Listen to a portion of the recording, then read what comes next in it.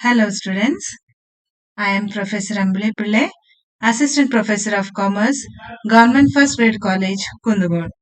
So students, let me begin my class from the subject Indian Financial System, that is Bharatiya Hanakasu Vyavasthe for BCom 4th semester students. So now we are going to see structure of financial system, ಹಣಕಾಸು ವ್ಯವಸ್ಥೆಯ ರಚನೆ ಅಥವಾ ಹಣಕಾಸು ವ್ಯವಸ್ಥೆಯ ಸಂಘಟನೆ R ಹಣಕಾಸು ವ್ಯವಸ್ಥೆಯ ಘಟಕಗಳು. So all these is the same meaning, ಒಂದೇ ಮೀನಿಂಗ್ ಅರ್ಥ ಕೊಡುತ್ತೆ. ಸೊ ಎಕ್ಸಾಮ್ ಅಲ್ಲಿ ಯಾವ ತರ ಒಂದು ಕೇಳಿದ್ರೆ ಇದನ್ನೇ the meaning is the same. So what is a constituent? ಘಟಕಗಳು. ಹಣಕಾಸು ವ್ಯವಸ್ಥೆಯು ಹಣಕಾಸು ಸಂಸ್ಥೆಗಳು, ಮಾರುಕಟ್ಟೆ ಮತ್ತು ಸಾಧನಗಳನ್ನು ಒಳಗೊಂಡಿರುತ್ತದೆ. ಅವುಗಳು ಪರಸ್ಪರ ಸಂಬಂಧ ಹೊಂದಿವೆ ಮತ್ತು ಪರಸ್ಪರ ಪ್ರತ್ಯೇಕವಾಗಿರುವುದಿಲ್ಲ. So financial system includes financial institution ಅಂದ್ರೆ ಸಂಸ್ಥೆಗಳು, like banks or non banking institution, everything. Then market and instrument and which are interrelated, ಅದು ಒಂದಕ್ಕೊಂದು ರಿಲೇಟೆಡ್ ಇರುತ್ತೆ. And but they are not different. Okay, they are not mutually exclusive. Then structure, ರಚನೆ. ಘಟಕಗಳು ಪ್ರಕೃತಿಯಲ್ಲಿ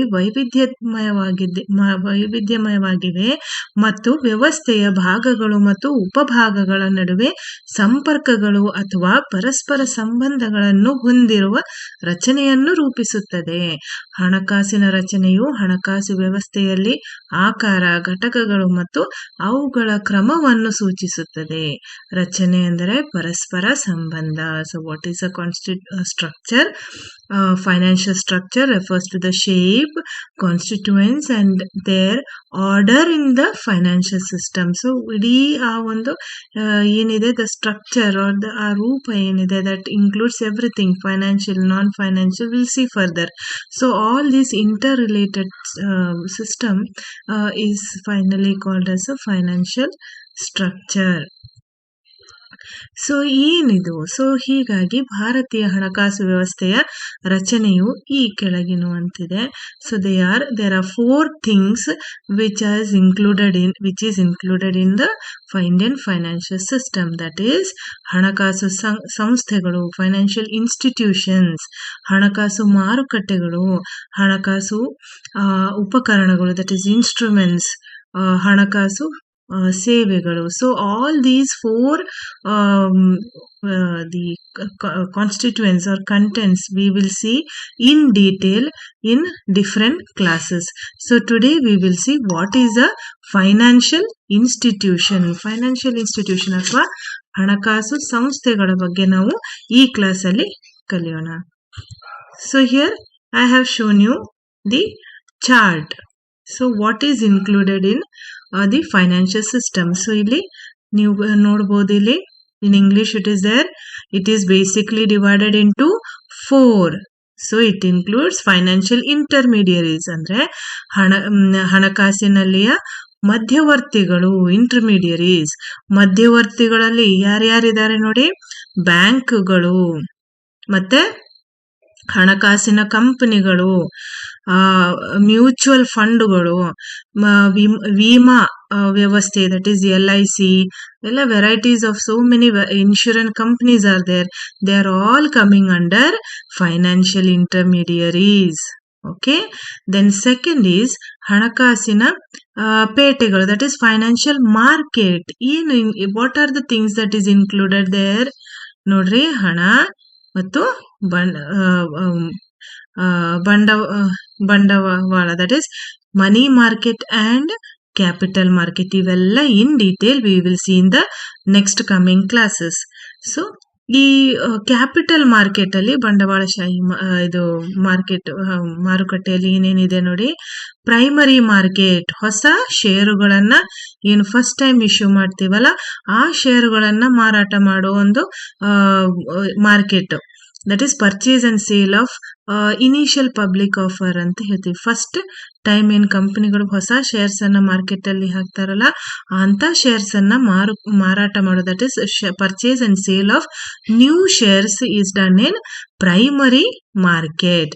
ಮತ್ತೆ ಇನ್ನೊಂದೇನ್ರಿ secondary market or stock exchange ಅಲ್ಲಿ ಏನಿದೆ ರೀ, ಇಲ್ಲಿಂದ ಪರ್ಚೇಸ್ ಮಾಡಿ ಮತ್ತೆ ಸೆಕೆಂಡ್ ಹ್ಯಾಂಡ್ ಥರ್ಡ್ ಹ್ಯಾಂಡ್ ಏನ್ ಪರ್ಚೇಸ್ ಸೇಲ್ ಮಾಡ್ತಾರಲ್ಲ ಅದು that will come under secondary market. So these things we will see in detail in further classes. So ಈ primary market ಅಲ್ಲಿ ಏನೇನಿದೆ, equity shares, preference shares, debentures, then ಸಾಲಕ್ಕೆ ಸಂಬಂಧಿಸಿದ ಹೊಸ ನಮೂನೆಯ ಪತ್ರಗಳು. So various innovative debt instruments. So there are various types of debt instruments, okay, which these also we will see in a later classes in detail. Okay, ಇದೆಲ್ಲ ಬಂದ್ಬಿಟ್ಟು the major category these includes in financial market. then ಹಣಕಾಸಿನ ಪೇಟೆಗಳು. then ಮೂರನೇದೇನ್ರಿ, it is ಹಣಕಾಸಿನ ವಿದ್ಯುಕ್ತ ಪತ್ರಗಳು, that is financial instruments. So what are they? Direct ನೇರವಾದದ್ದು, ನೇರವಲ್ಲದು ದಟ್ ಈಸ್ ಇಂಡೈರೆಕ್ಟ್, ಅಂಡ್ ಅವುಗಳಿಂದ ಬಂದವು that is derivative. So these also we will see in detail in the next class. Then financial services, ಹಣಕಾಸಿಗೆ ಸಂಬಂಧಿಸಿದ ಸೇವೆಗಳು. So what are they? It includes to fee based service, ಫೀಗೆ ಸಂಬಂಧಿಸಿದ ಸೇವೆಗಳು, that is giving service for some fees. ಇನ್ನೊಂದು ಬಂಡವಾಳದ ಸಂಬಂಧಿ ಸೇವೆಗಳು, that is fund based services. All these items in detail in different classes I will be teaching you. So ಇವತ್ತು ಏನ್ ಮಾಡೋಣ, ಈ ಒಂದು ಕ್ಲಾಸ್ ಅಲ್ಲಿ ನಾವು ಒಂದೇ ದಟ್ ಈಸ್ ಫೈನಾನ್ಷಿಯಲ್ ಇಂಟರ್ಮೀಡಿಯರೀಸ್ ಬಗ್ಗೆ we will study. ಸೊ ಏನು ಹಣಕಾಸು ಮಧ್ಯವರ್ತಿಗಳು, ಇಂಟರ್ಮೀಡಿಯರೀಸ್, ಇವು ಮಧ್ಯವರ್ತಿಗಳ ಇದು ಮಧ್ಯಂತರವಾಗಿದ್ದು ಉಳಿಸುವವರು ಮತ್ತು ಸಾಲಗಾರರ ನಡುವಿನ ಕೊಂಡಿಯಾಗಿ ಕಾರ್ಯನಿರ್ವಹಿಸುತ್ತವೆ. ಬ್ಯಾಂಕಿಂಗ್ ಸಂಸ್ಥೆಗಳು ಅಗತ್ಯವಾಗಿ ಮಧ್ಯವರ್ತಿಗಳಾಗಿವೆ, ಏಕೆಂದರೆ ಜನರು ಮತ್ತು ಉತ್ಪಾದನಾ ಘಟಕಗಳ ನಡುವೆ ಸೇತುವೆಗಳಾಗಿ ತಮ್ಮ ಉಳಿತಾಯ. ಸೊ ಯಾರು ಸೇವರ್ಸ್, ಈಗ ನಮ್ಮಂತವ್ರು ನಾವೇನ್ ಬ್ಯಾಂಕ್ ಅಲ್ಲಿ ಅಮೌಂಟ್ ಅನ್ನ ಜಮಾ ಹಾಕಿರ್ತೀವಿ, ಆ ಒಂದು ಹಣವನ್ನು they will give it as a loan to companies and production units.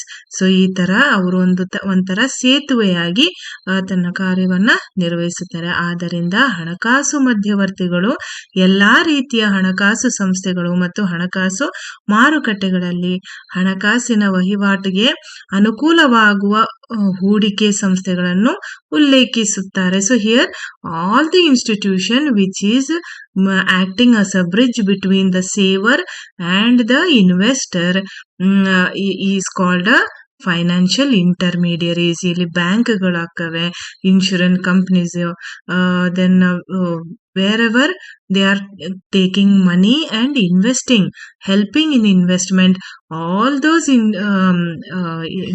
institutions are called as financial intermediaries, ಹಣಕಾಸು ಮಧ್ಯವರ್ತಿಗಳು. ಸೊ ಇಲ್ಲಿ ಎರಡು ಕ್ಲಾಸಿಫಿಕೇಶನ್, ದಟ್ ಈಸ್ ಹಣಕಾಸು ಮಧ್ಯವರ್ತಿಗಳ ವರ್ಗೀಕರಣ ನಾವು ಎರಡು ತರದ್ದು ಮಾಡಬಹುದು. They are first one is financial intermediaries, ಹಣಕಾಸು ಮಧ್ಯವರ್ತಿಗಳು.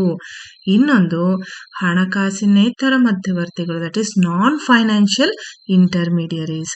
So let us see what is ಹಣಕಾಸು ಮಧ್ಯವರ್ತಿಗಳು. ಇವರು ಯಾರು? They are the institutions which intermediate between savers and investors. The best example is the bankers. So ಅವ್ರೇನ್ ಮಾಡ್ತಾರೆ, ನಮ್ಮಿಂದ ಎಕ್ಸೆಸ್ ಅಮೌಂಟ್ ಅನ್ನ ಹಣವನ್ನ ಇನ್ವೆಸ್ಟ್ ಮಾಡ್ಲಿಕ್ಕೆ ಅಥವಾ ತಮ್ಮ ಅಕೌಂಟಿಗೆ ಹಾಕ್ಲಿಕ್ಕೆ ಅವ್ರು ಇಂಟ್ರೆಸ್ಟ್ ಕೊಟ್ಟು ನಮ್ಮನ್ನ they encourage us to save money. ನಾವುಗಳು ಹಾಕಿದ ದುಡ್ಡನ್ನು ಅವ್ರು ಏನ್ ಮಾಡ್ತಾರೆ, ನಾಳೆ they will give it to the companies and production units as loan.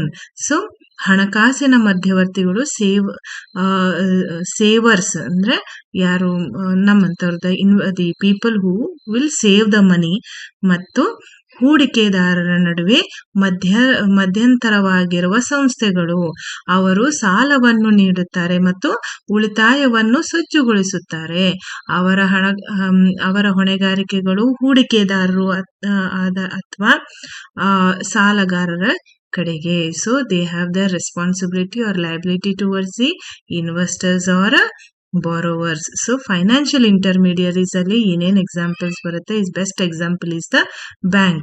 All the banks will come under financial intermediaries. So what is non-financial non-financial intermediaries? ಹಣಕಾಸಿನೇತರ ಮಧ್ಯವರ್ತಿಗಳು. So what is that?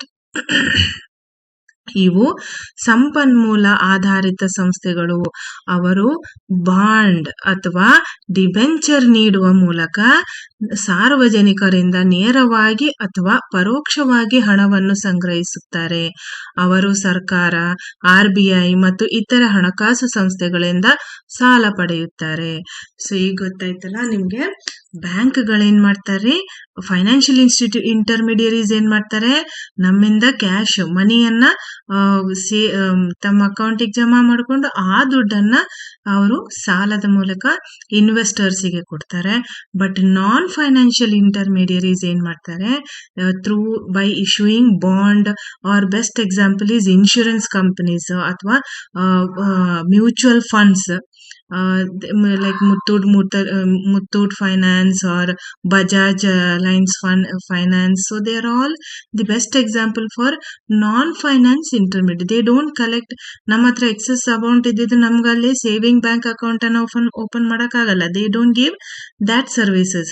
Instead what they will tell, you give us money, we will invest in bond or debentures or treasury bills. So ಈ ತರ ಅವರು ಏನ್ರಿ, they don't act like ಬ್ಯಾಂಕ್ನವ್ರ ತರ ಅವರು ನಮ್ಮಿಂದ ದುಡ್ಡನ್ನ ತಗೊಂಡು SBI ಅವ್ರದೇ ಆದಂತ SBI ಖಾತೆಗಳಿರಲ್ಲ.